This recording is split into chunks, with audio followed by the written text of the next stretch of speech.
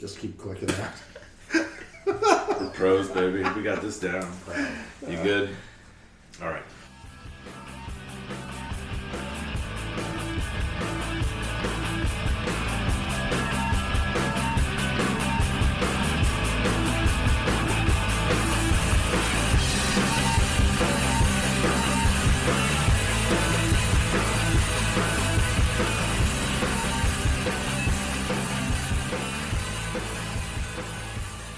Welcome to Meet Me in the City, a podcast exploring music through the boroughs of America. We are excited today to be joined by a guy who's played music in and around Dayton and beyond. He's been in bands. He's a great drummer, cigar aficionado. Today we're joined by Nate McCorkle.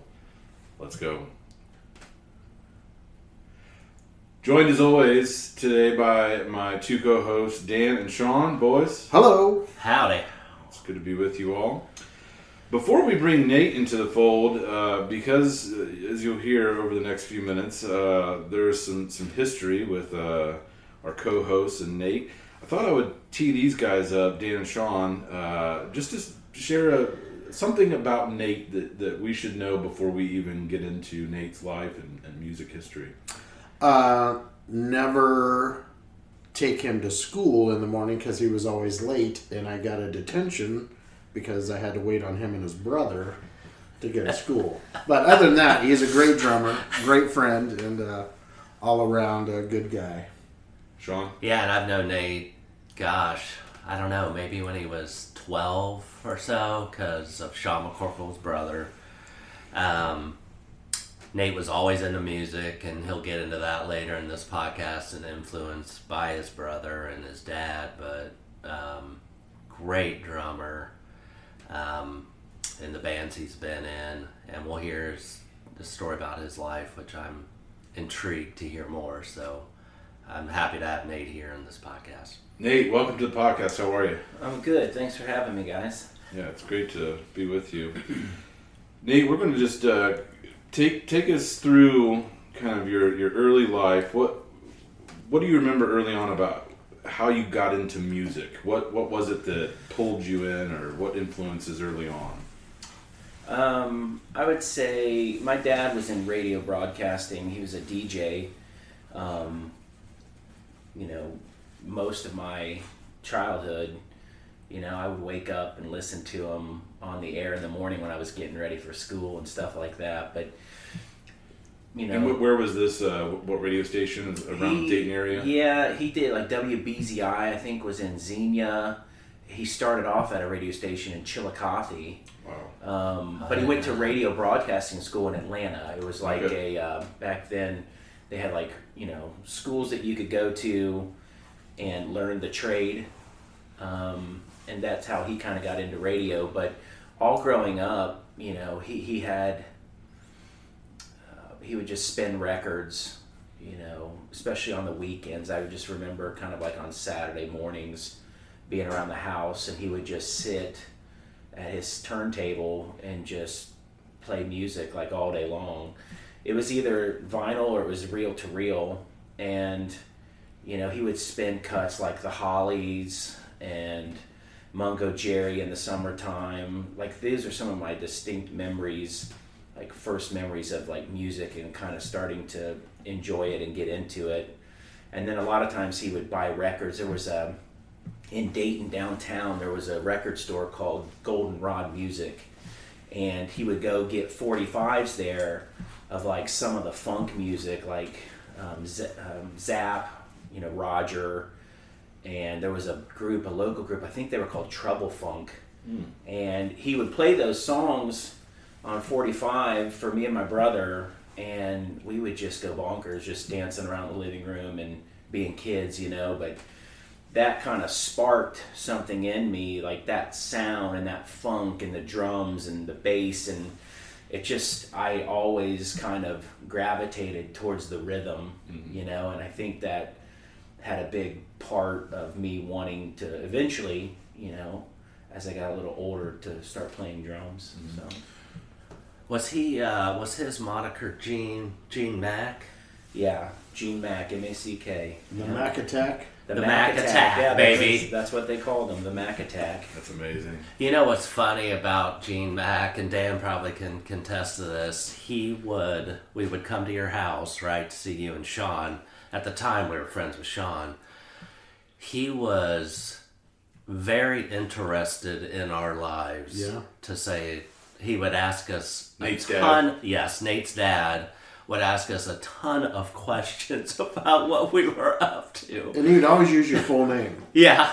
Danny Clayton. How are He you always today? had the DJ voice. Always had the DJ voice. Danny Yep. Clayton. Danny Clayton. What are you doing? up to? Exactly. Tell me about what's going on. What are you guys going to be doing today? And Yeah. then he would just in the middle break down and say, it's 75 in the valley right now. Change 30%. You're listening to WQFL 101 FM.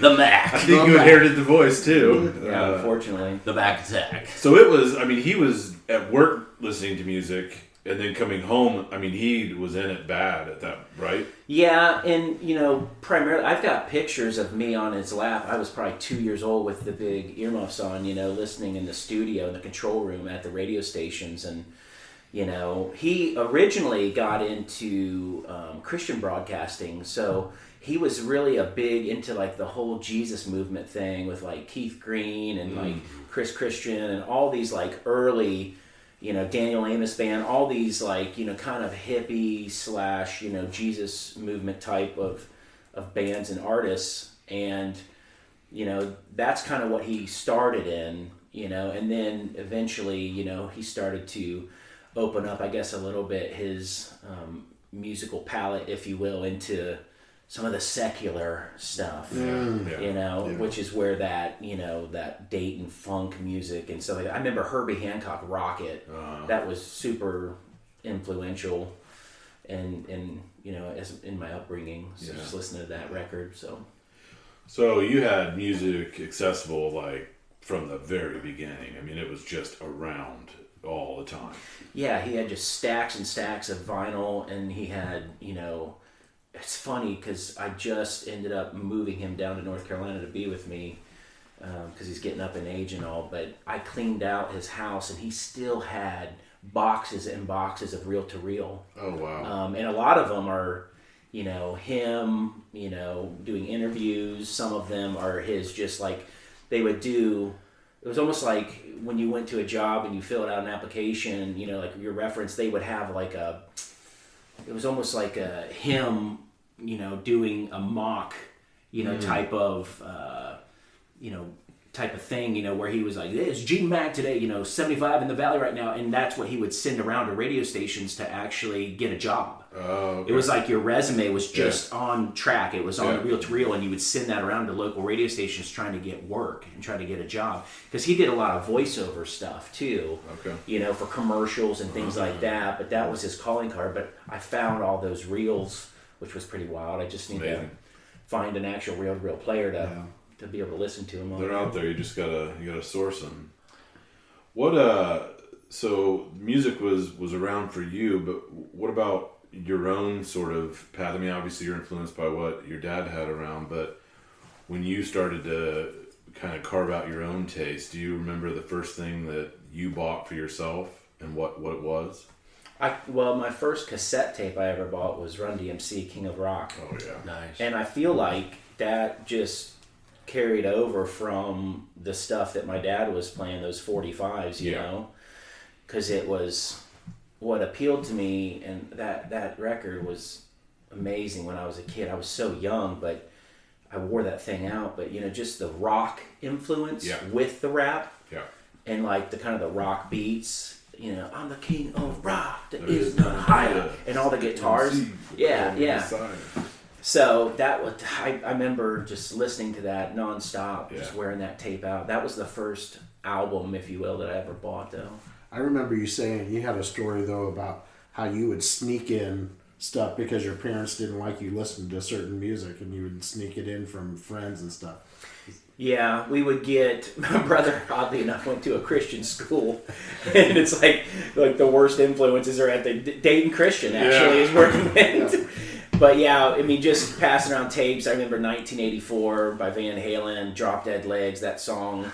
just, I mean, as a kid, it's like, this is some wild stuff, you know, like this is amazing. Yeah. But just, we would have to hide it, you know, kind of a thing. Because I grew up in a real religious home, and my folks, you know, kind of thought that the secular music was of the devil, if you will, you know. So, you know. Yeah. Well, the 80s were, you know, if you were in that Christian scene, there was that whole movement in the 80s against rock, you know. Well, it was big time. I can tell you this, I was scared to death as a kid, because that's when like the backmasking thing was so popular, and they would play a record backwards and it would say like, you know, I worship Satan, and I remember like clearly like certain songs where they would supposedly play it backwards, and you know, you really had to like listen hard to pick that out. But for a fact, they had, this one was so funny, it sticks out in my mind, it's so funny now, but they had Queen, Another One Bites the Dust, and when you spin it backwards, it said, it's fun to smoke marijuana. It's fun to smoke marijuana. And I was like, as a kid, I was like, oh my God, he's talking about marijuana. It's evil. It's of the devil. I mean, you know, I think a lot of us in that time period were kind of brainwashed with that. You know, Shawn, myself, and you and your brother all went to the same church. I remember when Burning Down the House came out, and that freaked me out, because I'm like, this has to be a Satanist song, Burning Down the House. I'm like, come on. It's all the church influence at that point. Yeah, they said KISS stood for Knights in Satan's Service. Oh, yeah, exactly. Yeah. Knights in Satan's Service, really? Wow. Kids today just don't even know. No. It was so entrenched.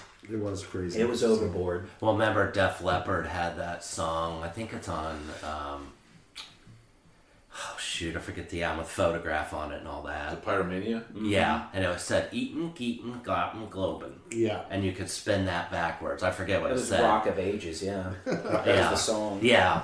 Well, remember Petra on More Power to You? Yeah, they had Why are you looking for the devil when you should be looking for the Lord? It was the beginning of Judas Kiss. Yes. Oh, man. They did a backmasking. Just like Judas. Yeah, they jumped right on that train. Yeah.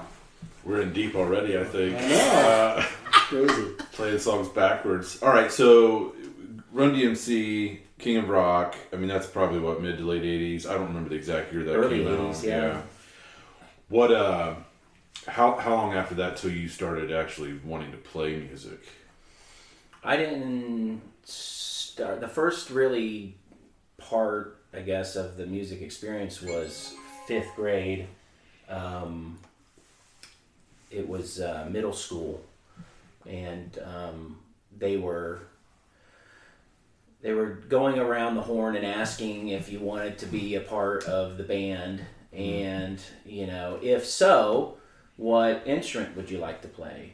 And so they were, you know, displaying the trumpet and different saxophone and, you know, the snare drum and all that. And because my brother had played trumpet, I grabbed the trumpet and I just, you know, blew as hard as I could.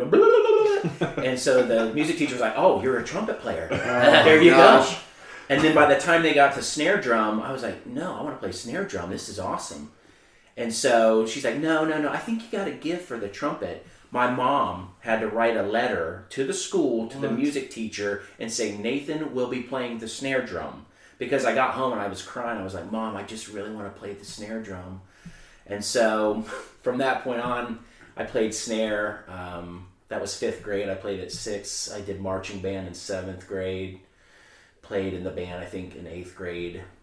And then that led to meeting some friends. And, you know, growing up, my brother was in a band with Danny and Shawn, Righteous Anger, and I idolized those guys growing up as a kid. You know, you're so impressionable, and to go see them in concert and hear these guys that are, you know, 3, 4, 5 years older than you just killing it and playing this rock music, and it was okay because it was Christian rock. Yeah. And I was like, this is amazing. This is what I want to do. Yeah. And so I kind of put a little band together with some of my buddies, Tony Sager, Bob Ishmael, and we had a little Christian rock band, and we played like at our youth group a couple times and stuff. And what was the name of that band? I can't remember what the name of it was. We had some funny names. Deceiving Rapport was one that we threw out.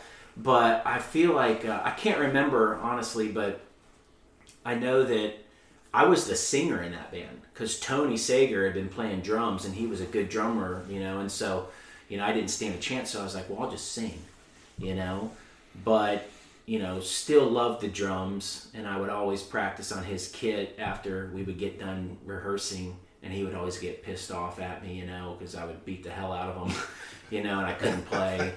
But I guess going into that, going forward from that, I really didn't think about being in a band, a real band, until I was like 16 and my brother asked me. Mm-hmm.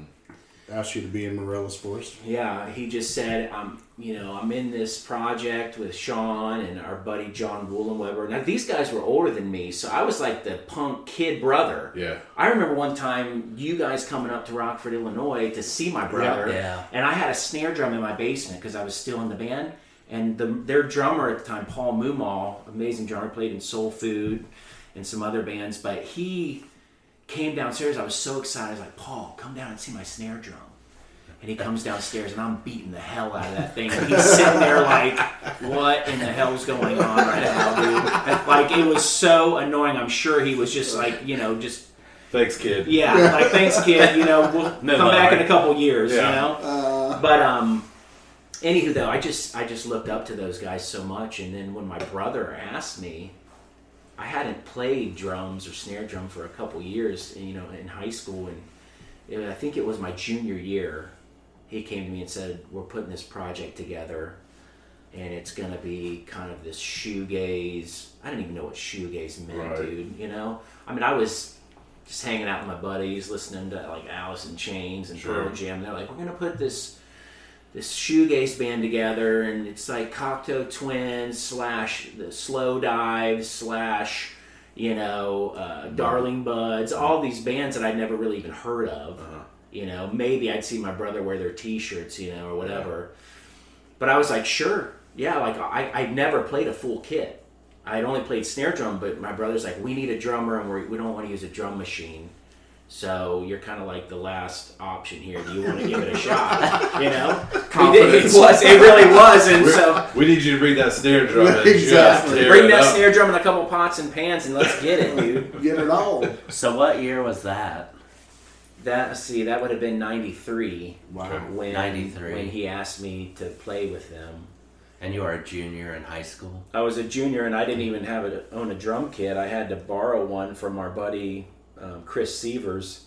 Had an old Ludwig kit, and that's what I started on. I thought, thinking back to that time, I thought you were playing like a Rototom kit. Well, yes. When we played live, I borrowed Chris's kit, but when we practiced, there was a drum kit at the time called Rims, and it was basically just the rim with the top head, no shells on the kit. So you could, basically put it into a backpack. It was real compact, right? Okay. But it would break down. And so, you could basically, it was real portable, but it had no volume. It was just really for practice. Okay. So that's what I used for a while until we would play like our first show at Canal Street Tavern. Do you remember that? I mean, I was 16 or 17 tops. Wow. I think I was 16, and we had to borrow that kit, and I was so nervous to play that show, man. I mean, I was in my infant stages of playing drums.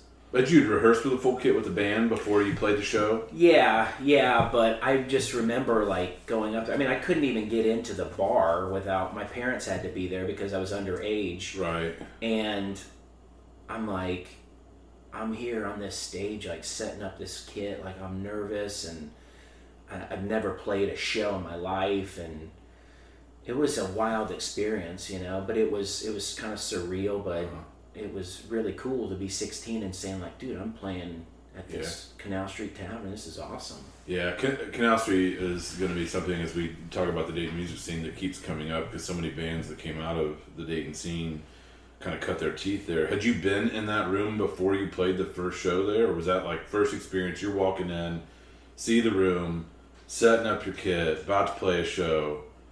freaking out. Yeah. I mean, of course, like I said, I was 16, so I had no business being there, and I had never seen like any local bands.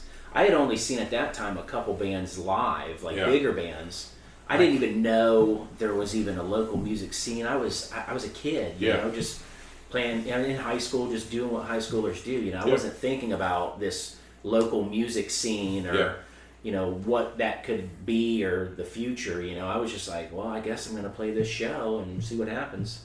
So what were those bands you saw live? What were the first bands Yeah. or first concerts First, you went to? well, like you, Danny, I grew up. I went to a couple Petra shows with my parents, like I said, because they were real religious. But my first real concert, if you will, was at the Nutter Center. It was In Excess with the Soup Dragons. Oh, nice! wow. I was there. Yeah, Jeez. that's a great show. And then after that, I really hit the ground running. I went to the first Lollapalooza up at Blossom Music Center in Cuyahoga Falls. Yeah. Who was on that bill? Like, that was a pretty Jane's crazy. Addiction headlined.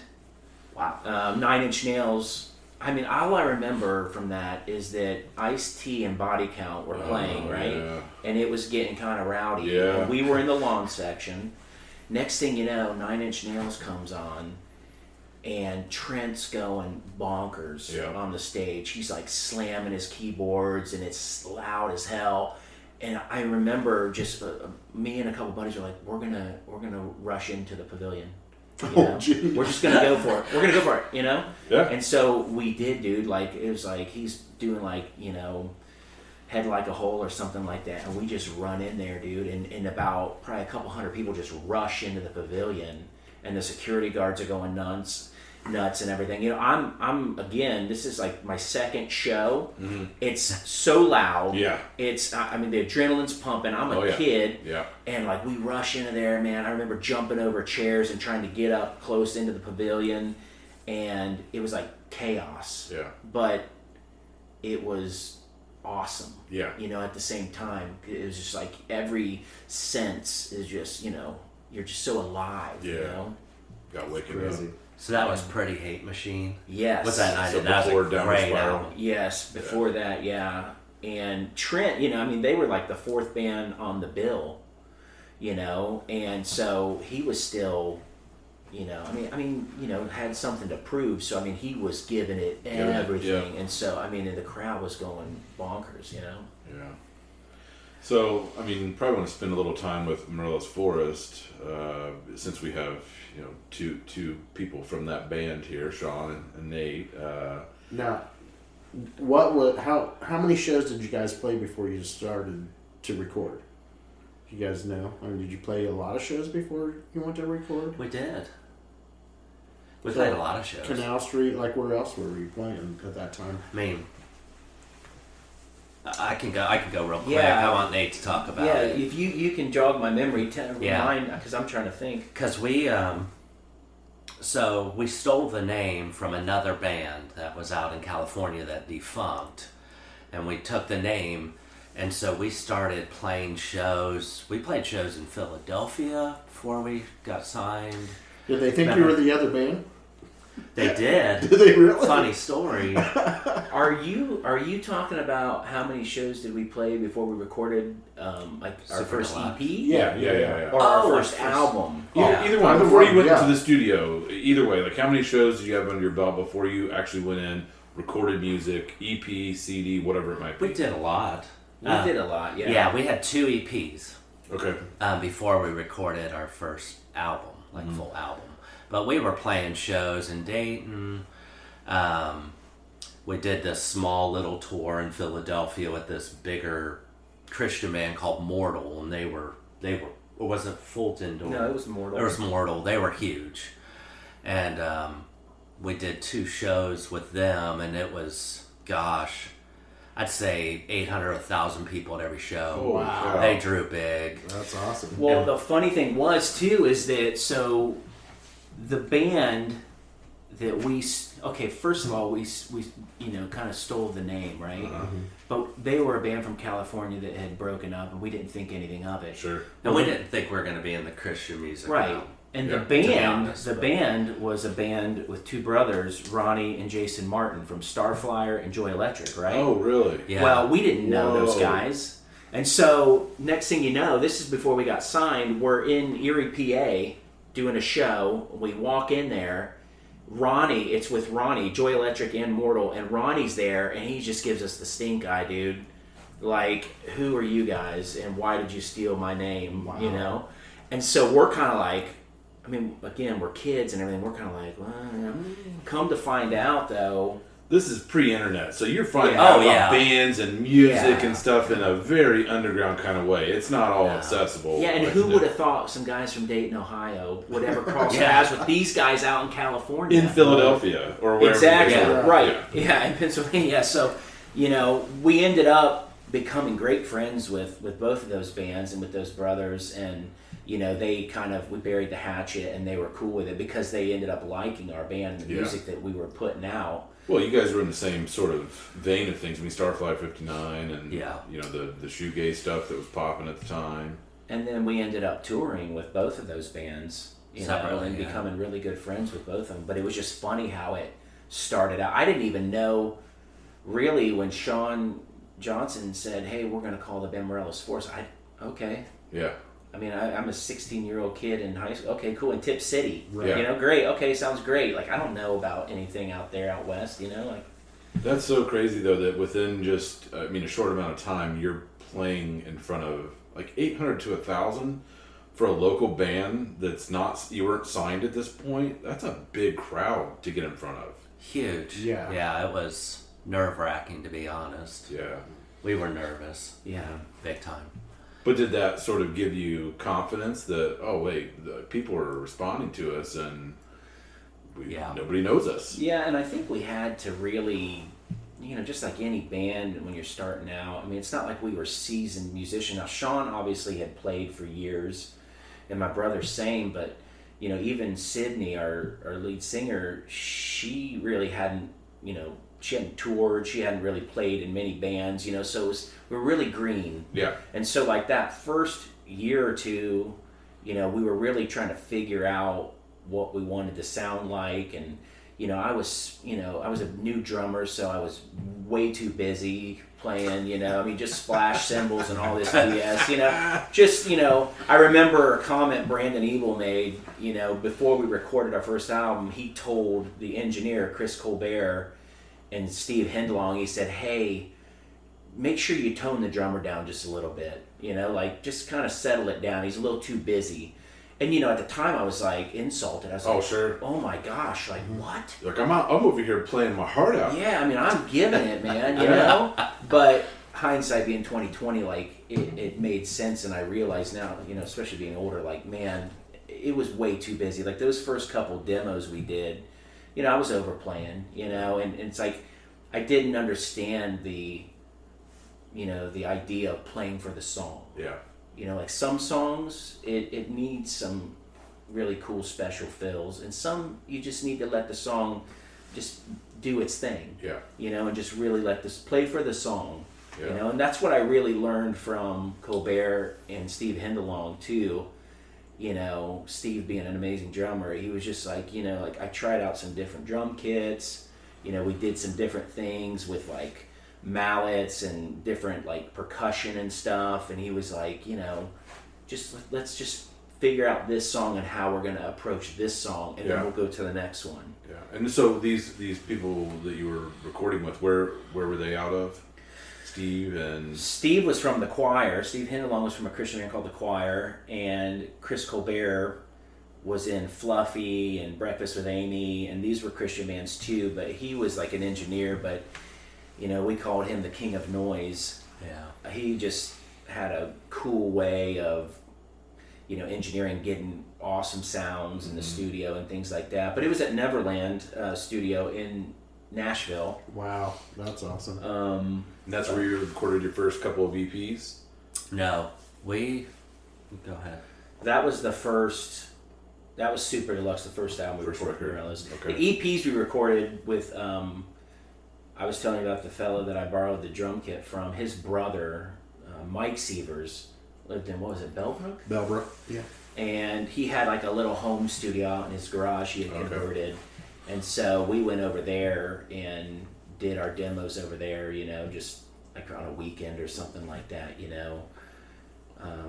But those are the demos. The second demo, Bass, was the one that we shopped to Flying Tart, a small little indie label, and then eventually to Tooth and Nail. Yeah. What year did the first record come out? Get the EPs, done, and then you go to record in Nashville. When did that come out? I believe 94 Okay. is when Super Deluxe came out. Okay. What was the feeling of going into this big studio for this? I mean, I can't imagine what that felt like. It was a little intimidating, but also it was a house. It's a house, so it felt real comfortable and like safe, and what kind of helped us kind of break the ice, Sixpence None the Richer had just cut one of their albums there right before us. Just dropping names here. Yeah. Well, it's funny because I remember Shawn thought the lead singer was so hot. Shawn Johnson did, and so just put I played the fifth. Throw him under the bus. Yeah, but I remember they were finishing up and they were still kind of hanging around. I think maybe some post-production stuff. And we were kind of hanging out with them, and we did like some stupid, like water balloon fights or something. And it was just kind of a fun, playful type of environment. Like Colbert would get us Krispy Kremes in the morning and holler at us to wake up and start yelling at us and just being crazy. And, Bill Campbell from the Throws came in and did a few backing vocals, and he was like super nice, and everybody was just really nice and warm. Now Colbert, was a little bit more producer. Colbert was the engineer, and he was a little bit more brash. He was kind of like, look, like I've been around the block. This is what we're gonna do. Let's do this thing. And the other guys though were super laid back, super nice.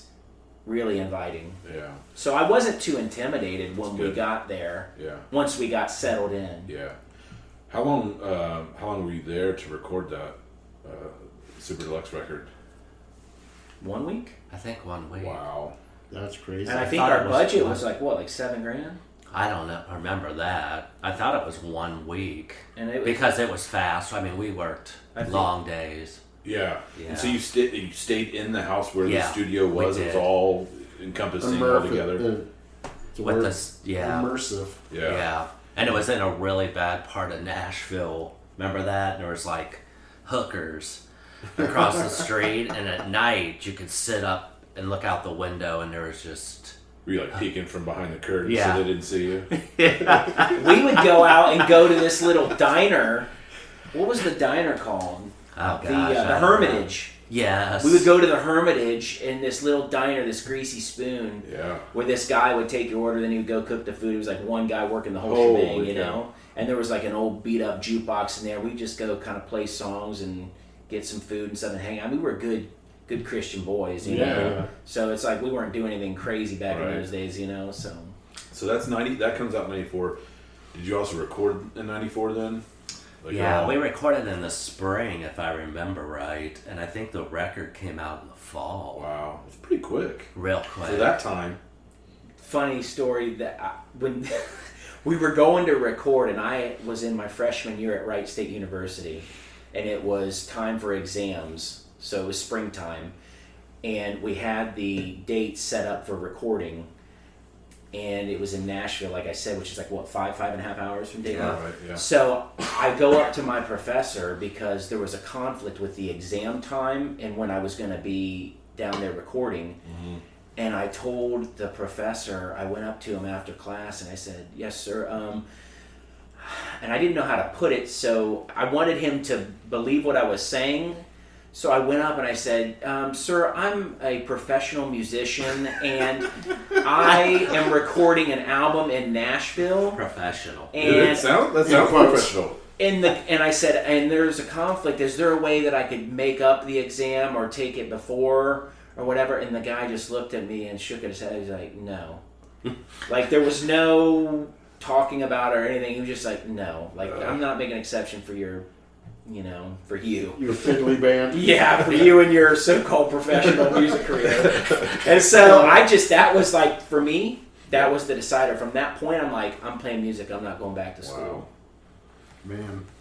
Made a business decision. Yeah. So if you look at some of the Morella's Forest albums and your guys' look and your style, where did all that come from? I mean, we didn't have any style really until that first album. We did a photo shoot with a guy named Norman Jean Roy, who was like an up-and-coming photographer, and he was slick. And he basically brought in wardrobe and everything and all these wacky clothes and vinyl pants and sunglasses and crazy stuff. And he's like, we're going to do this up real deal. And so we just went along with it. We're like, okay. And it's so funny to this day, people that I've worked with or my brother's worked with pull up pictures from that photo shoot online. Yeah. And one of them's we're in a graveyard. Yeah. And we're running around with like these puppy dog and bunny ears on with our shirts on and angel's wings on our back. And we're chasing our singer Sid, who's got this wedding dress and she's got her head shaved. The photographer, Norman, talked her in. She had long hair down past her shoulders. And he talked her into shaving it all off. What? Just for the photo shoot. Holy cow. And so she went for it because I think she thought he was kind of hot stuff, And so it was just so funny because, the album comes out and there's these crazy photos. Even our press photo was funny. We're all sitting on a couch and we got these like shiny plastic, bright colored clothes on, and Sid's got this rubber like nurse's wig on that's yellow and it's like a bob cut. It was just funny, and like that kind of started this whole thing. And so I think when people saw ads for the album or they saw posters, that were promoting a show in their town or whatever, they got this idea that we were some fashion, conscious band and we were like cutting edge and we were just a bunch of kids just kind of following these people's lead, and it just it stuck, and we just kind of went with it. We're like, okay, let's do this. When Super Deluxe came out, the first full length, it's 94. What did you play like a record release show in the Dayton area at all with your roots there? Did you have any kind of release party? Because back then it was kind of a thing that when you put out a record, you'd come around and have a big show and invite a bunch of friends and. Well, we were never. It was funny because we could go out and play these big shows out of town, but in town in Dayton, not a lot of people knew of us, and I felt like we were never truly until later on welcomed in Dayton. Like not to make that sound weird, but we could go out and play a festival, and there would be thousands of kids going bonkers. And then we would come back to Dayton and play a show, and there might be 80 people, maybe. Yeah. Well, I really think, especially that time, that type of music in Dayton, we talked about it on the first episode, that Dayton is this kind of grungy, do-it-yourself and, real garage band, and you guys were like in another atmosphere, I think, the sound-wise, Yeah, and they did an article... I think it was Don Thrasher wrote an article about us on that record in the weekly paper, and put a big picture. And they used to have, back then they had like a weekly entertainment sort of, like, I don't remember what day it came out, but it was all about music and arts and entertainment, I think, as I remember. And they'd written an article about us and just that we had gotten signed and the record's out and things like that. So that was really cool. Could you go into record stores in Dayton at that time and see your record? It was at Best Buy, and I worked at Best Buy at the time. It was on an end cap. And I remember I was like working in the audio video department, and like I don't know what his position was, but it was the fellow that was in charge of like the Ohio area and like doing end caps and like all the planogram stuff. And he had caught wind that I was in Morella's Force, and like we were on an end cap at Best Buy, so it was pretty surreal working there, and then going and saying, "Hey, that's my band right there." Did you bring it over and say, "Hey, you see, that's me"? You take the Best Buy vest off, and you're like, I'm done. Exactly. Did your professor come in? Yeah, my professor apologized after the fact, for Mike's sake. You can take that exam now if you want. Yeah.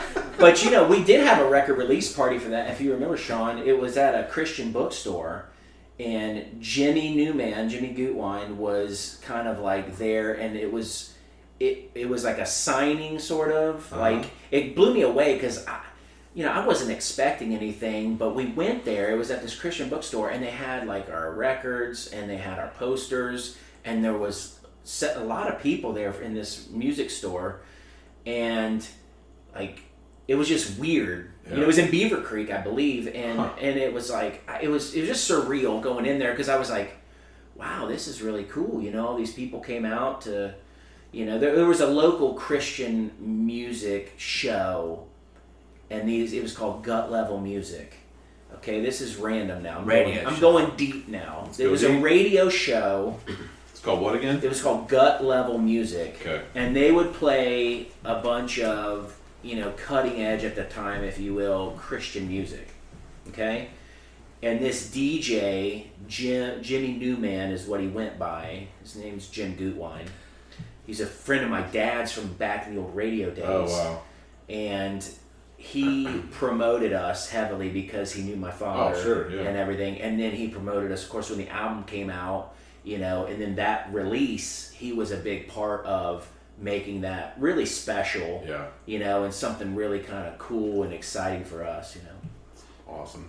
So, I mean, we're out of the gate, we're talking a lot about the Dayton music scene, and you guys are coming up, you get signed, you have your first full length out, and I mean, they're on the map at that point, right? I mean, that was Breeders have 94. already hit. Breeders. Guided by Voices. Brainiac was out. I mean, these other bands were bubbling, but you guys didn't really feel like you got any residual from that attention at all, locally at least.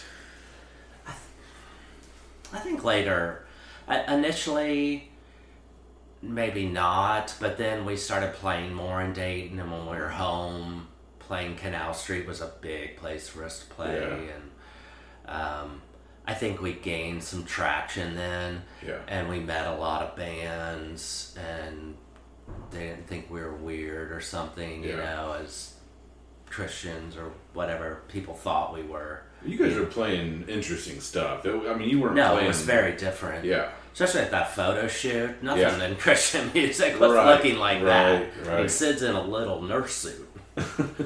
I mean, it was outfit, it was like, what is that? And she had a shaved head. Yeah. I mean, it was like, whoa. There was only two people in music with a shaved heads that were girls at that time. It was Sinead and Sid. Wow. Just kidding. Sid never held up a picture of the Pope. That's right. So, Right.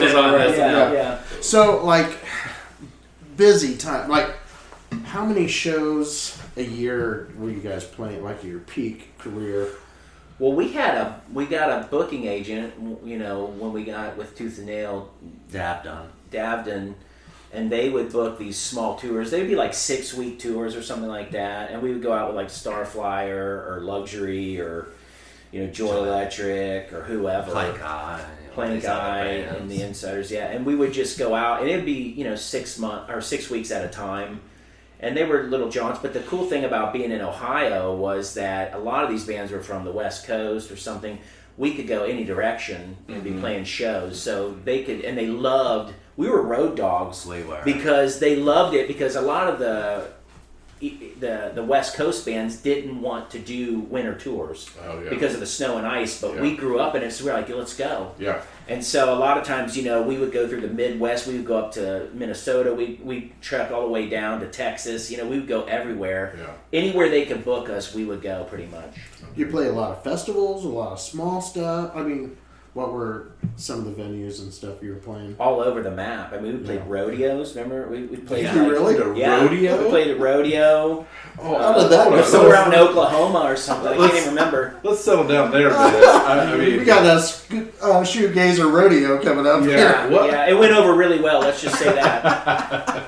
It smelled like cow poo. Manure. Manure. Oh wow! How did you even get booked at a rodeo? So weird. In those days, man, when I think Tooth and Nail first started and all, and like this movement was happening, people, they were trying to book shows anywhere. Yeah. Whether it's a church, a gymnasium, a bar. I mean, anything goes. I mean, multi-purpose room, a rodeo, whatever, they would book it.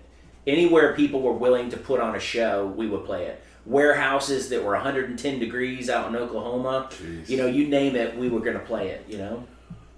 First record drops in '94. How long until you start to formulate the songs for the next record?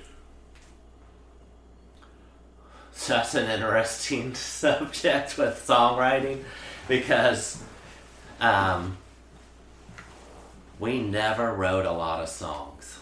We would come up with an idea, and if everyone didn't like it, we would just drop it. Wow.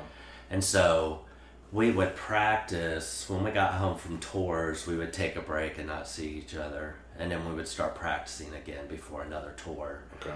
And then we would write at home, you know, like I'd write a guitar part, or Shawn would come with a bass line, and then we would bring it to practice and present it really, and say, what do you think? And then we'd say, yeah, I like it, let's work on it.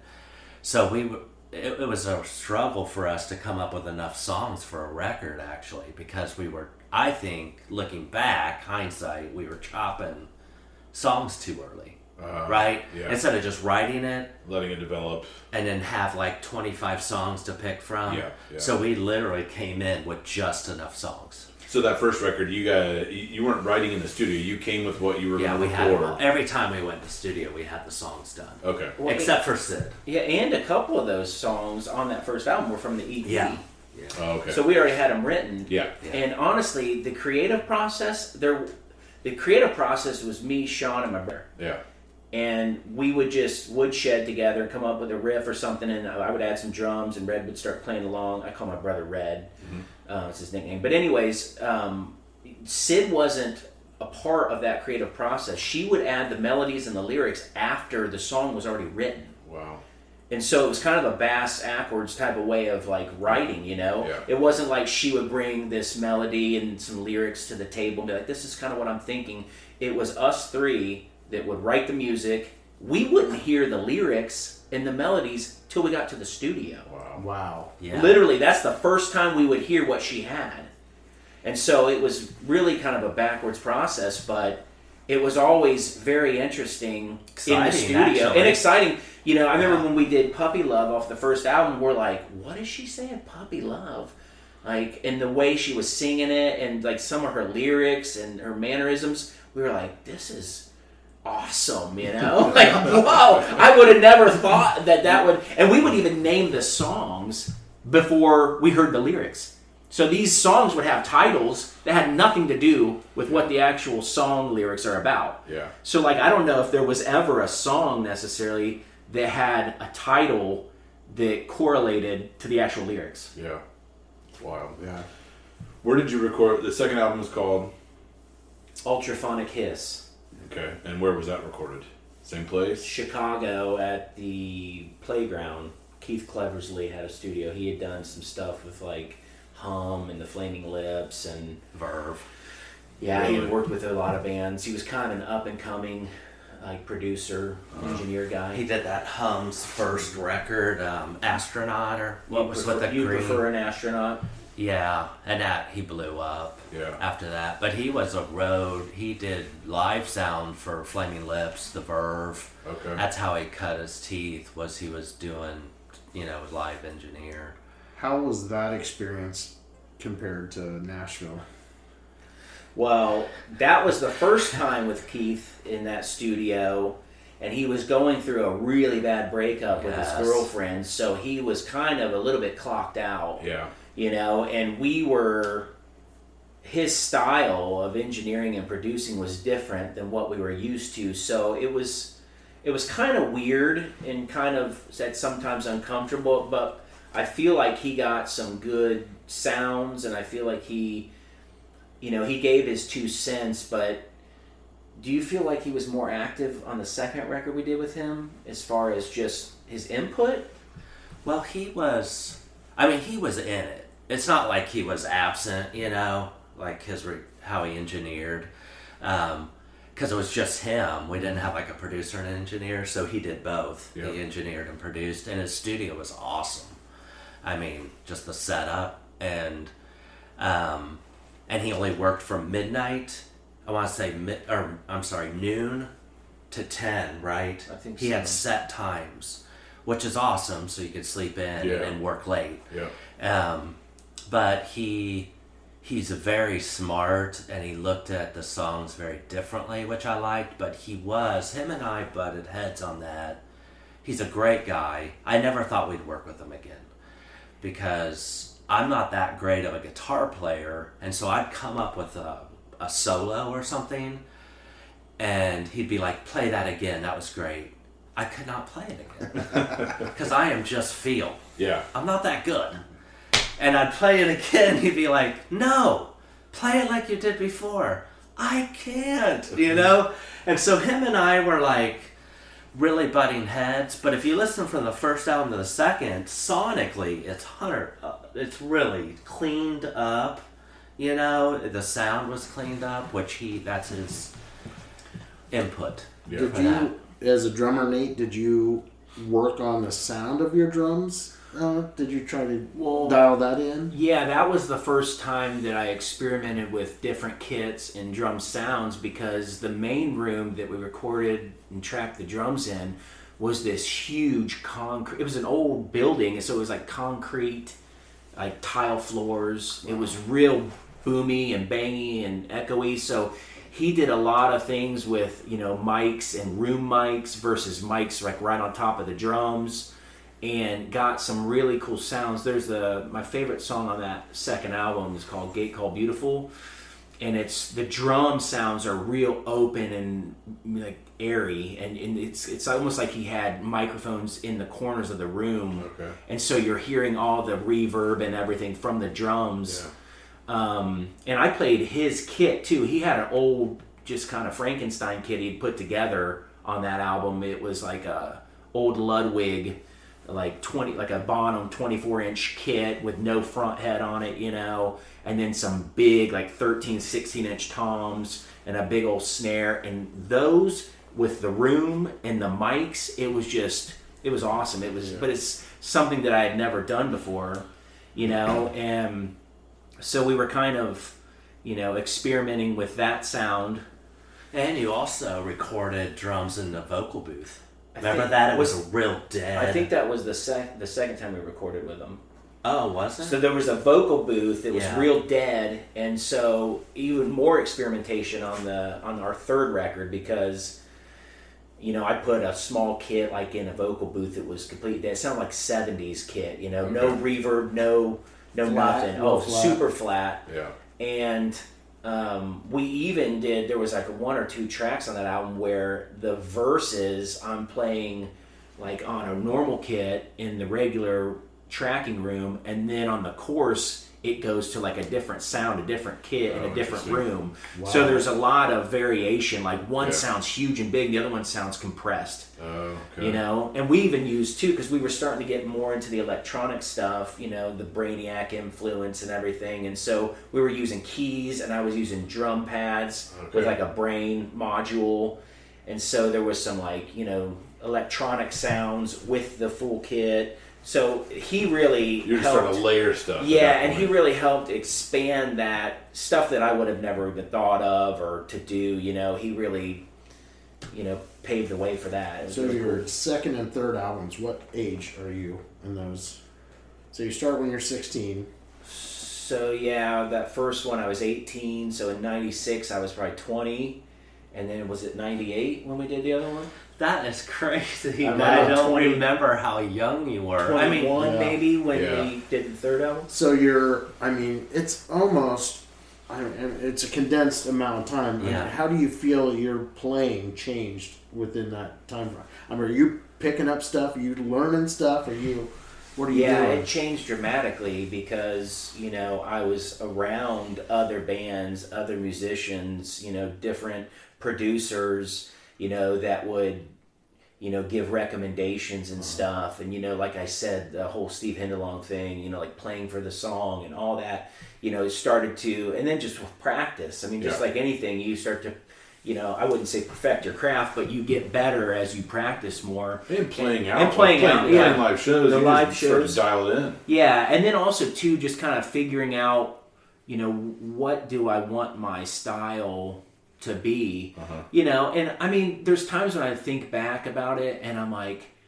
I wish I would have dialed it back a little bit, because when I would play, I would get real excited, and I would just slam those drums as hard as I could, and that was kind Shawn, of can like, you confirm that? Yeah. We can confirm that with To the point where we had to carry a cage. we had a plexiglass shield we toured with. Did it? You know, just like the churches do, I you know, remember, like the plexiglass, so that I we remember could seeing hear. that at Canal Street. You guys, had. And you know, like thinking back about that time, I wish I would have just laid back and been more dynamic. Yeah. And I started to learn that more in like my mid-20s and stuff, the dynamics thing. But it was just full tilt all the time. Yeah. You know, straightforward, loud, bash the drums as hard as you can. And I think I was trying to compensate for just the fact that I was just a real mediocre drummer. So I was like, you know, well, if I can't play real technical, I'm just going to beat the hell out of these drums, and so people will think I'm good. And that's really what I did. That's really what I did, you know, just aggressive. And, you know, and it's like looking back at some of the videos and footage of these live concerts, it's like, you know, my brother and Shawn and Sid are real vibey, and then you just got this idiot on the back just beating the hell out of his drum kit. Yeah. And it's like, I can't even hear the singer. Yeah. You know, like if I think back at that time, we toured with, and we played shows with Velour. What was it? 100. Velour 100, and Trey, the drummer from that band. You know, I would see him play, and they had a female singer too, and he was a lot more just kind of laid back and just vibey. And I was like, man, you know, that kind of makes sense, you know? And I remember other bands we would tour with and stuff, they're like, why aren't you in like a heavy metal band, dude? Like, you need to like go, I remember the guys from the Insiders, that ska band, they were like, dude, you need to get into like a heavy metal rock band or something. Like, this doesn't fit, you know? And I was like, yeah, I don't know, man. It's just kind of the way I play, you know? And I was still young and impressionable. Yeah. And Frank Lenz, the drummer that played for Folds Andura, was like that, but he was actually good. You know, and so like I'm a kid and I'm like, well, I'm gonna play like Frank. You know, he beats the crap out of the drums. Yeah. That's what I'm gonna do. You know, but Super Deluxe is the first record. Second record is called Ultraphonic Hiss. Ultraphonic Hiss. Did the label Tooth and Nail send you guys on a tour to promote that record after that, or were you still just getting sent out on like 6-week tours and doing this or that, or? Oh, we toured. Just nonstop. Oh, nonstop. So it didn't matter the record came out. You're still playing shows. No. Yeah. Wait, and our records came out one a year. So Okay. we were doing a record a year at that point. Third record is called From Dayton with Love. From Dayton with That Love. was in Chicago as well. You recorded Yeah, that in we Chicago? I didn't think we were going to record a record with Keith again because of what happened, you know. Not that it was like a bad experience. I just thought, well, that's who he is in a way. That's Keith. And so we looked for other producers at that point. And then we had a manager at the time, Tim Eddings. And we had talked to other people about producing it. And then Tim's like, why don't you go back to Keith? We're like, well, the experience was like, okay. Sounds great. Yeah. The finished product was awesome. Which at the end of the day is hard to argue with. If you True. felt good with how it turned out. Yeah, and I love that record, Ultraphonic Hiss. And so he reached back out to Keith, and Keith said, I would do another record in a heartbeat. Yeah. We're like, really? And it was... we were surprised. We were surprised. Well, he maybe had in reflection too, as he Yeah. went back and listened to it, thought there's these guys have something here. So we did. We ended up going back, and it was a totally different experience. Really? He was so light, and we stayed up late every night with him, just drinking, hanging out, having dude. beers, hanging out. just hanging out and talking. We'd go on the roof and look at downtown Chicago and just hang out on the roof. We played Magic. He taught me how to play the Magic card game. Yeah. But it was so light. We spent a whole month doing that record. Wow. We were there a month. So what was the setup there? Where it probably wasn't like Nashville where you stayed in the studio. No, we did. Oh, studio. It was There all was living encompassing. quarters. Keith had an apartment off. He would leave. And he would just leave you guys in the studio? Yeah. Holy cow. And we would just sleep there, and then he'd come back by noon. Some crazy experiences going on. Is that where you guys met? We met some interesting characters. Yeah, at the studio that time.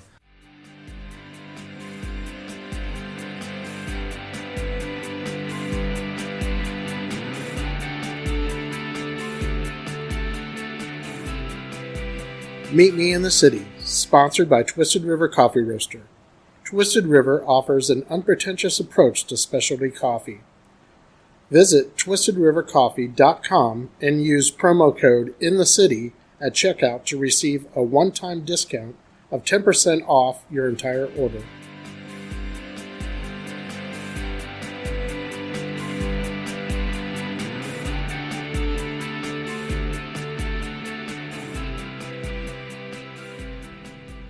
This episode of Meet Me in the City has been recorded at B&G Cigar Lounge, your home away from home, located in West Carrollton, Ohio. You can find them at 319 West Central Avenue. They have an ample humidor, all of the supplies you can need for your cigar smoking pleasure. We hope that you will stop by and support them as they are supporting us on this journey.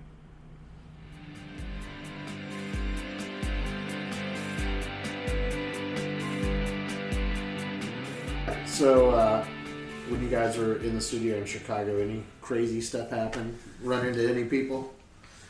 Well, there's two different stories that I can kind of remember from that experience. And one was we were there wrapping up one night, and Same engineers. yeah, right? This was at the playground in Chicago, and this, with Keith and everything. It was getting late, and we were upstairs, and we heard this loud banging downstairs. Okay, so the way the studio was set up, downstairs was the, where the drum room and all, like where you would, track everything. But upstairs was the control room in the living area, and so. We hear this banging downstairs, and it's loud, and we're like, what the heck? It's late. And we kind of are looking at each other like, what is that? And then Keith gets up and says, oh, don't worry, I know what this is. And he's like, he walks downstairs, and we're like kind of looking around, wondering what's going on. And he opens the door. It's got the door to the studio is this big metal door, and this was in a rough area of Chicago. Yeah. It had the bars on the windows and everything like that. And so it was just one of those old metal doors. And he opens it, and in walks Wesley Willis. And we don't know who Wesley Willis is, but Keith does, because Keith was helping him record some of his music. He had met Keith somewhere, I don't know if it was, out on, somewhere downtown Chicago or whatever. Around town. But apparently either Wesley found out that he was like a guy that could record him, or vice versa. Maybe he was just like a local legend at that point. I don't know. But come to find out, Keith had been recording his music for him. And so he would show up at random times of the day or night, and Keith, proceeded to tell us that, this is Wesley, and we were like, oh, hey, how's it going? And Wesley comes in, dude, and he's just like all over the map. He's just talking about, just going for it. We don't even know what the hell he's saying. Yeah. He's just rattling off. He's worked up. Yeah. And you can tell, like, okay, something's not quite right with this guy, Yeah. But, we're just sitting there, and he's huge, by the way, too. He was huge. He was a big man. Yeah. And we're just like, what is this? What is this, man? Who's this guy? Yeah. So finally, he stays for like, I don't know, like an hour or something. And he's just rattling off. Finally, Keith's like, okay, Wesley, all right, I'll see you next, in 2 weeks. We'll record some more, whatever. And Wesley leaves. And then, Keith says, okay, so that's Wesley. And he's local here. And I record his music. Do you want to hear some? We're like, sure, yeah. And he's like, first of all, Wesley is schizophrenic. Yep. Okay, like paranoid schizophrenic, so he's got multiple personalities, and he's like, but he's kind of like a local legend guy, and so we're like, yeah, let's hear his music. Yeah. And so he plays a track, and it starts off with that keyboard, like that little, what are those, Casios? Casio, Like a little Casio. Yeah. And the first track we heard was Oil Express, and he's talking about, I went to the to get my oil changed. And then the chorus is like, Oil Express! Oil Express! And If you don't know who this guy is, go to YouTube, check him out. Yeah, we're like, what in the world is this? Yeah. It sounded like a fourth grader, with the Casio. But as strange and crazy as it was, at the same time, we were so intrigued. We were like, this is wild. Yeah. And Keith's like, yeah, man. Like, I've been recording him for a while. And then come to find out down the line, he got signed with American and actually put out records and was kind of like a cult sensation, you know? Yeah. Like, you can see him on YouTube and everything. But... Rock and roll McDonald's. Yeah, rock and roll McDonald's. I mean, it was just wild. We went out like the next day. We were downtown looking for a cigar shop, and we saw him down there, like waiting on the train or the bus or something. He was down there, and we recognized him. He was just sitting on a bench talking to himself, and we were like, "This guy's wild, man." Yeah. I mean, we're still kids, you know. Yeah. So, and like he was a grown man, you know, and he was just out of his mind, you know. So that was one thing that happened. And then it's so weird because years later, you know, people would say like, hey man, have you heard that guy Wesley Willis? Like, he's blowing up, man. He's wacky. He's got this song, you know, Rock and Roll McDonald's. I'm like, dude, I met that guy. What? What are you talking about? He's signed to American Records. What? You know, and I was like, I can't believe, like, I know who that is, you know? So it was really strange. Yeah. But, and then when YouTube hit, I mean, I think he got like another bump of popularity because you could see videos of him playing in the studio, and I mean, like Dan said, if you don't know Wesley Willis, you got to look him up. It's pretty amazing stuff. Yeah, and then the other story from that band Urge Overkill.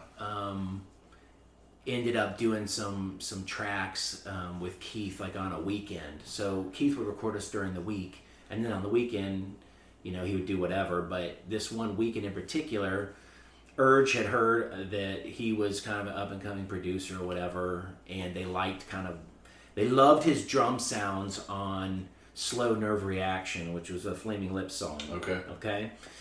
And because they're huge, they're massive, and he's got, you know, I don't remember how Keith got that sound, but anyways, they had heard it and they were like, this guy is pretty cool and whatever. So Urge at this point, you know, they had Saturation or whatever that album was with Sister Havana, and they had already done the Neil Diamond cover at this point. And so Neil Diamond's Girl, You'll Be a Woman Soon for Pulp Fiction soundtrack. And so at this point, they're kind of like, I think they're kind of shopping the labels, but they need to make a demo.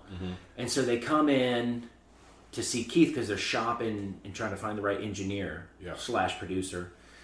And Keith's playing some of his work to him and stuff, and they decide they're going to do they're going to cut a few tracks. And they're setting up their gear and everything, and at this point, Blackie, their drummer, was in rehab, so they had like a fill-in drummer. And they're getting set up, and they set up their Marshall stacks, full stacks down in that drum room I was telling you about. And I remember seeing their guitars. Their guitars were Les Pauls with silver glitter sparkle, and on the pickguard it was metal, and it had their logo, the UO. The UO. And I'm still, again, a kid. Impression was like, that's so cool, man. Yeah, that's so cool. And so Nash, the lead singer, you know, like we were talking the other day with Shawn, but he comes in just like full tilt rock star. Yeah. He's got like a fur coat. He's got the long hair, dude. You know, he's skinny as a rail. He's like Bowie or something. And he comes in there, dude, bug-eyed, and he's just like, you know, looking around. He's talking like a mile a minute. And he's like, I just remember he wanted to always talk about pizza. He loved pizza. He's always like, let's get some pies, man. Let's get a couple pies. You guys hungry? Let's get some pies. And we're like, okay, dude. Yeah, we'll get some pizza. All right, that's cool. And then he would start drinking Heinekens as soon as they got there till the time they left, him and this other guy that was in the band with him. And then he loved TV. He had a TV. He's like, I got a TV in every room. He's like, even my bathroom I watch TV in. I'm like, okay, yeah, awesome. So the main thing, though, is that they had their amps down there, and they had their amps literally to 10 when they were getting levels and everything and recording. And it was so loud, you could just feel the rumble from downstairs. And we were upstairs in the living area. Yeah. So when we would go out to go do something, and you'd have to walk through that room to get outside, you'd almost have to time it in between takes because it was so damn loud that you would have to, you know, plug your ears. Piercing. I mean, it was brutal. Yeah. But, you know, of course, with the tubes and everything, you had to have it on 10 so they would break up and you'd get that sound. That was their sound, you know. But it was just wild hanging out because they were there for a couple of days, I think. But a funny story too is that they were trying to track a song, and their rhythm was so bad that Keith had me come in and make a click track for him. So he's like, just on this keyboard, just hit this in time and just do a click track so that they can follow along on their song so they don't get off. And I was like, dude, I'm making a click for Urge Over again. Yeah. That's pretty cool, man. I'm getting somewhere, you know. I'm coming up. That's I awesome. made it, but So that was your third album. Was that your final album with Morella's Forest? Yep. Then? Yep, it sure was. Did you tour as a band then after that, or still Yeah. same thing? You're just going out touring nonstop. It doesn't matter that you put out a record. Yeah, we toured for that record, and we also were in Chicago on a tour another time. Remember the Steve Albini story? Going to his studio? Oh, man. Yeah. So- that was a cool story. I mean, we're like dropping stuff here. Yeah, But it's fun. If you're coming through the music industry and you get to brush shoulders with some of these folks who have, I mean, there's no arguing about it. They've made it, and you're ascending. It's a pretty Right. cool thing to run into. And it was such a random so we were in Chicago doing a show, and we're at this hotel. It was the Rock and Roll Hotel, which we didn't know that. I mean, we're naive, and we run into Chris Colbert, who engineered our first album, and he was in the lobby getting food like us, breakfast, and he's like, what are you guys, we're like, what are you doing in Chicago? He's like, I'm over here tracking at Steve Albini's studio with a band called Joe Christmas on the same label we were on. Oh, And, Steve Albini's studio's in Chicago. And he's like, you guys want to come over? And we're like, yeah, right? I mean, he goes, come on over, see us track. And so we're like, so we roll over there to Steve It's a house. What's cool about that, and you can tell your story after I finish this. So the studio was upstairs in the house, and you had to press a boob on a painting. And this private, Kind of a which speakeasy I don't know if we thing, should be huh? telling people this, but you press this boob, and a door opens up to the control room, so it's hidden in a way. wow. And so Steve Albini was not tracking the album; it was Bob Weston. Bob Weston. Okay. Was tracking the record. So we met Bob and talked to the Joe Christmas guys. We've been friends with them before we got signed. I mean, Okay. we all were kind of coming up together. And then you should tell your part about... This, I've never told this publicly, but so Oh boy. we were up in the control room just listening to them track and everything. And I said, I need to go to the bathroom. And they're like, okay, it's just down on the main floor. You'll see it. And so I go downstairs and I'm looking. All the doors are kind of shut. This is an old house, and so I'm kind of just like opening the door. Oh no, that's not Not it. the bathroom, Oh, this is the yeah. bedroom. I open this one door and it's a closet, and I'm like, and I see reel-to-reel 2-inch tapes in there, and I'm like, that's interesting. Which is not uncommon for a studio. Right, No. right. And so I'm looking at them, and I see that they're labeled Nirvana. And now this is 96. I'm pretty sure this is after, I believe they tracked In Utero with him, if I'm not mistaken. Yes, they did. Sounds right. Yeah, They did. Yeah, because Butch Vig did Nevermind, and then so I'm looking in this closet, and there's reel-to-reel stacked, and they say Nirvana on it, and now I'm like probably 20, 21, and I'm like, okay. So if I grab one of these reels, now Kurt's not dead at this point.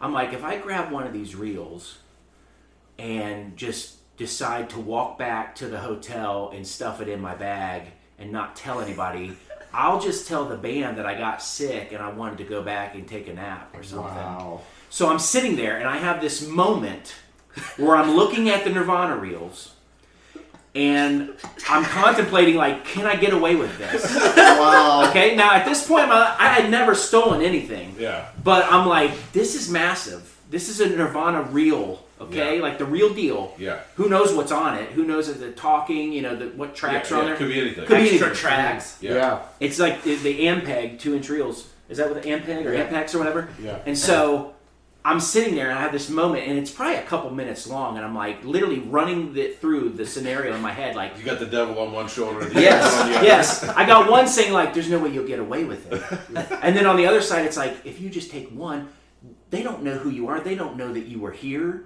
They don't know, like, you know what I'm saying? Some drummer from Morella's Force was here and just took a Nirvana reel. Like, they don't know me, and I'm like, I could literally grab it and walk back to the hotel, and I'll have it, and it's going to be worth a lot of money. And then thinking about it today, now that, Nirvana and the Foo Fighters and everything, like, what would that be worth? Who knows? And then, if they found out I had it, how the hell did you get that? Yeah. You know what I'm saying? Yeah. Oh, well, back in, I was in Chicago, and I was in Albini's studio, but I still think about it to this day, like, how crazy that was. Yeah. And, of course, I decided not to take it. Well, and that stuff's probably in a vault somewhere now. Yeah. Hopefully. Yeah.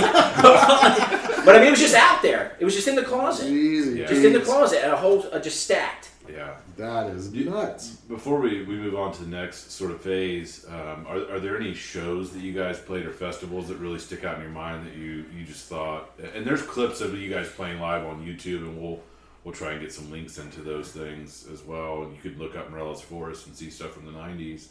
Any shows in particular or festivals you played that really stick out that you thought, man, this is amazing that we're looking out at these people, we're playing on the same bill as these bands?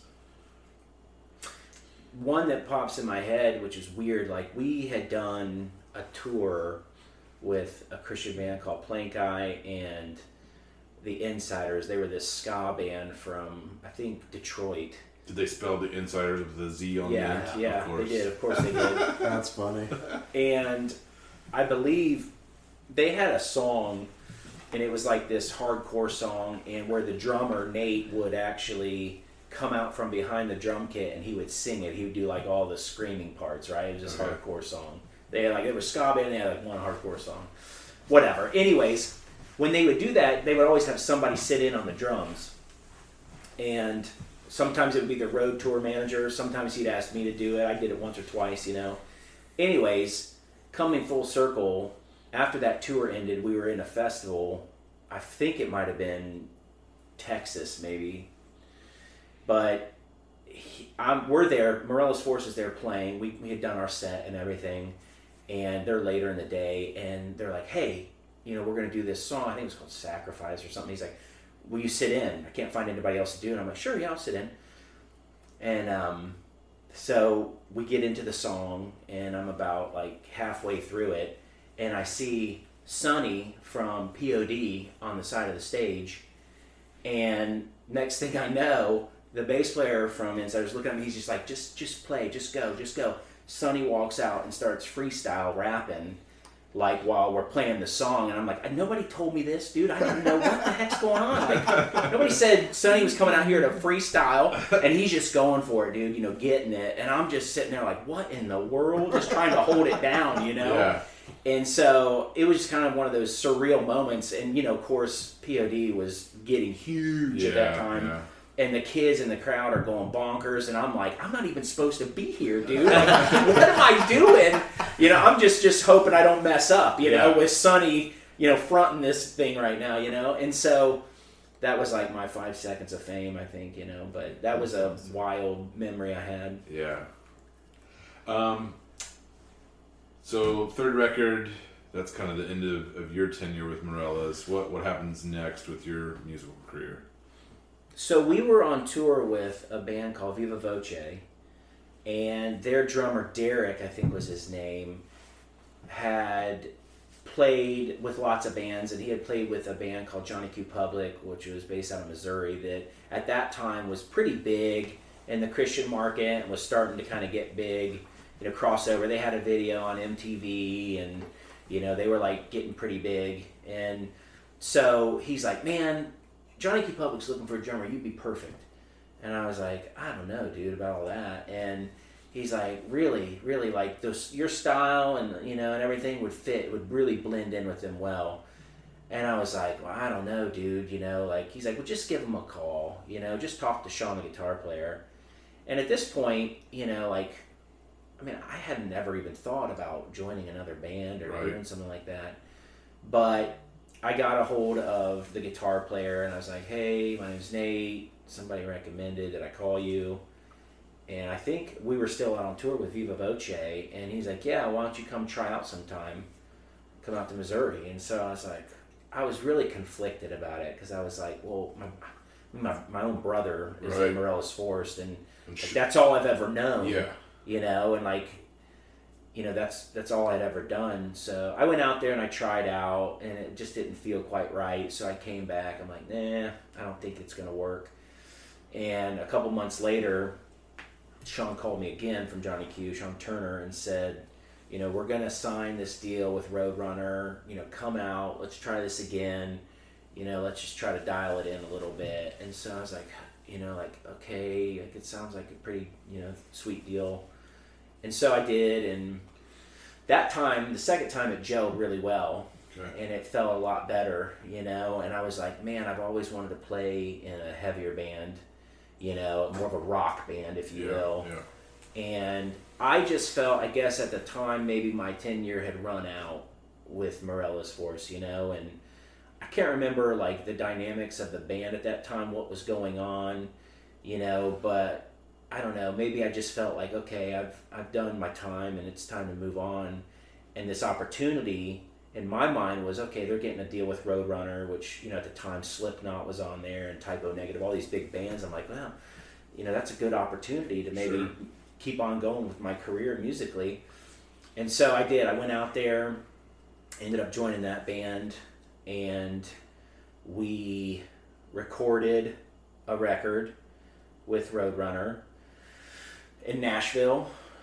Dave Baldridge was the producer. He had done like Jesus Freak with DC Talk, and so he did the first Johnny Q record. Okay. And so they wanted to go with him again. So the idea was, we're going to record this record. They gave us a huge budget, $250,000. Wow. And they're like, we're going to do this record. You know, we did a photo shoot in New York City with, you know, this photographer that had shot GNR and Buck Cherry and all these bands, you know, and so we were like, wow, this is really happening, you know. And at that same time, we were out there doing the photo shoot. We did the CMJ New Music Festival and opened up for Muse while we were out there. Is that New York City? Yeah. Yeah. What year? This is like 2000. Yeah. You know, Muse was still relatively new. They only had, I think, one album out, that first Showbiz album. But it was still like, oh, we're going to open up for Muse. This is going to be cool. And it was, you know, where the record label comes out and, you know, checks out and sees how you are live and everything. And the show went really well and everything. And so we did the record, we did the photo shoot, we did all that. And it was time to release the album. And, you know, they kept bumping it. Oh, we're not ready, we're not ready. And so it kind of like just slowly started. It never really took off. They were like, okay, well, we're going to release this album. It was called Welcome to Earth. We're going to release this in the Christian market under Goatee Records, which the first album came out on, okay? Which is Toby Mac's label, you know. Guy from DC Talk. Right. And so we decided, you know, they said, let's just go, why don't you guys go out on tour to support the album with Skillet and Bleach. And they're like, and that's going to get some momentum going, and you'll sell some units, and then we'll go ahead and put it out in the mainstream market. Yeah. And we were like, okay, that's not really what we want to do. We're kind of trying to move away from that market. We kind of want to just do this. That's why we signed to Roadrunner. Right. Yeah. But okay, you know, they had invested some money in and everything. Sure. So we take off, we do the tour, and, you know, still nothing's happening. Then the label comes to us and says they want to give us more money to do some new songs, new material, because 2 of the songs on this album, on Welcome to Earth, were from the original album. Okay. And they wanted to get traction with those songs, and that's why they wanted to release this new album on the mainstream market, you know, and, you know, so basically just build off of what they had already established. Yeah. And, basically nothing ever materialized. It's just the band got disenfranchised, and it was kind of like, well, we gave you an album, you know, we gave you new songs, you know, we don't want to go record new songs, you know, this is what we want to put out. Yeah. And at that point, Dan, the lead singer, and Shawn, the guitar player, who were kind of the main leaders of the band, just decided, like, we're not going to beat this dead horse anymore. We're like, it's over. Yeah. So we all just kind of went our separate ways. How long were you in that band? I was only in that band for like a year and a half, 2 years. Wow, that's crazy. Yeah. So, I mean, it was quick. So why did, those guys had been a band a while, before you came in. So did you think it was strange that they would just kind of throw in the towel at that point? You know what I mean? Like, why don't we stay a band and still record, do our own thing, or get a different label? Yeah, basically, before I ever joined the band, they got a lot of notoriety and got pretty big on that first album, and they had a deal with Elektra Records, a really big deal, and right before it all went through, something happened basically, and the deal fell through. And so that was like their first, kind of, setback, I guess. And at that point, the original guitar player, Orrin, left and created a band called Flick with his brother. But Johnny Q continued on. And it was kind of probably never the same, probably in their eyes, but they were like, hey, look, we've already got this much invested, let's keep going. So by the time the Roadrunner deal never really materialized and came through, it was kind of like, okay, that's two big things that have happened. Maybe we're just not meant to do this. Yeah. And so at that point, and they had already been a band for like, I don't know, probably 6, 7, 8 years already. Okay. They'd been playing for a long time together. So it's kind of like I came in on the tail end. So at that point, they were like, hey, it's been real, but this just ain't going to work. Yeah. What did how did you feel at that point as far as you playing music and when that band was done? I was really depressed, because I really thought there for a minute that we were gonna, I don't know about make it. I don't even know what that really means, but Right. like we were gonna tour with some big bands. We were really gonna get out there. We were gonna, give it a go, see what happens. And I knew that the product that we had, the live show, the musicianship, Dan as a frontman, I knew it was solid. Yeah. I knew that we could hold our own. Like, we played some shows, and I knew that we had a good package, man. Like, when we were playing those shows with Skillet and Bleach, this is my personal opinion, but, we were the opener, and we were just killing it. Yeah. And I knew, I was confident. I was like, man, we've got the total package here. Yeah. If we could just get out there and get into, these shows and really show these people and get people familiar with us, I know we're going to win them over. We could win a crowd over like that. Yeah. Because Dan was so charismatic, man, and he would just play the crowd, and he was wild, and I was like, this is it, But anyways, to answer your question, I was very disappointed. Yeah. I thought in my head, and it is kind of true, like, that's it. Like you're not going to do music for a career.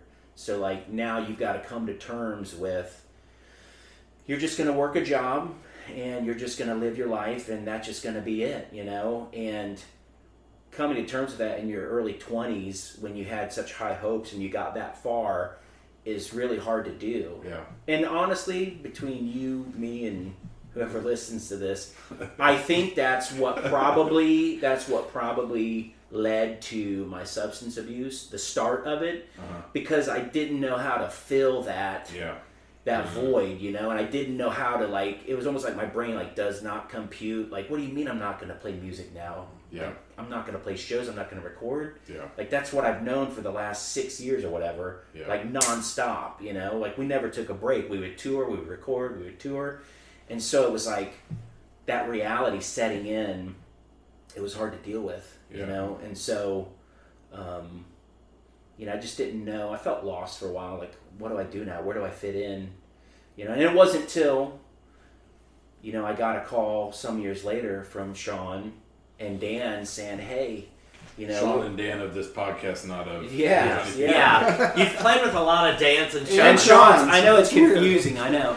But when I got the call and they said, hey, we're going to do this local band, and, we're going to do it for fun, and we're going to just play around town and see what happens, that was like, I don't even know how many years it had been, but it had probably been several between the Johnny Q and then them asking me. So it was like, oh, like I can still play music. Like, I can still play some shows and have fun. And, I can do this. Like I have it's like if you're a musician, you've got this inside of you. It never goes away. It's just always this yearning to play. Like if it's in you. Yep.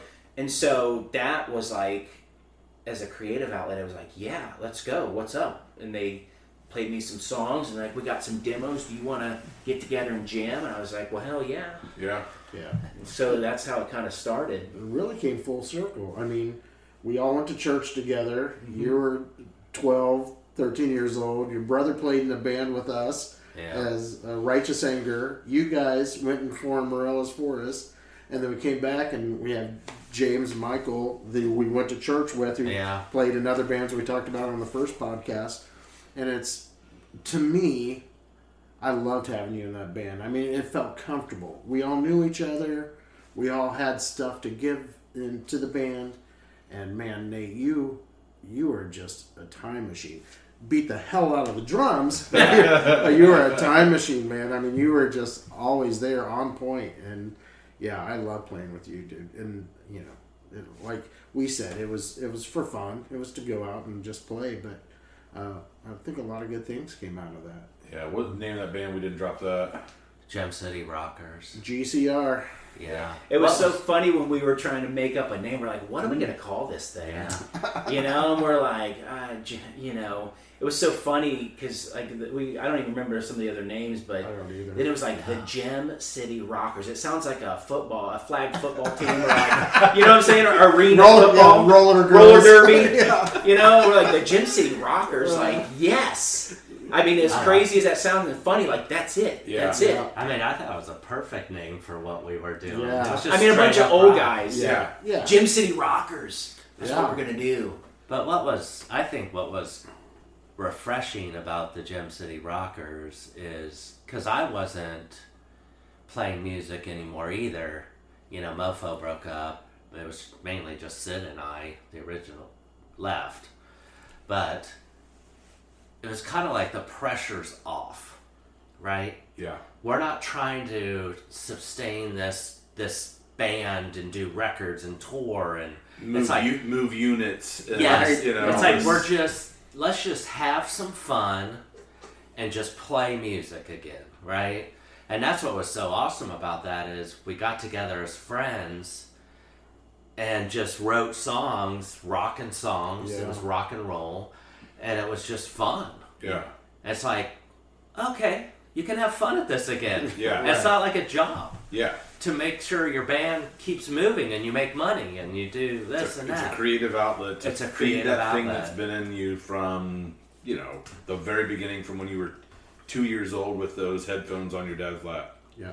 Yeah, and the funny thing is, I don't even think I owned a drum kit when they asked me to play. Like, I had to go out to Guitar Center and buy a drum kit. I had kind of just given it up. Given up on music completely. Yeah. So. I think it was, for me, it was great because we were friends. We were creating together. You guys had both reached levels that I was never able to reach, but I felt like, I'm back with these guys. We're having fun. Playing around Dayton, Cincinnati. It was great. Yeah. And Jamie was always been a good bass player. Always, and he just fit right in. Yeah. I mean, yeah. Good times. It was good times. And you briefly talked about your substance abuse. How long have you been clean now? 7 years now. That's amazing.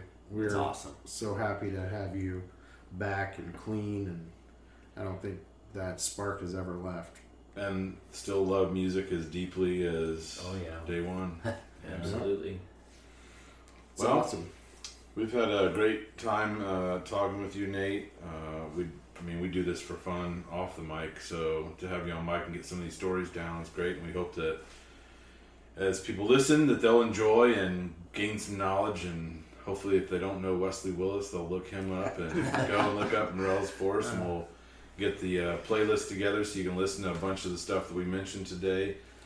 Nate, thank you for joining us. It's been wonderful to have you on, and thanks for having me. We wish you nothing but the best, and look forward to hanging out with you again sometime soon. Awesome. Thanks, guys. Yep.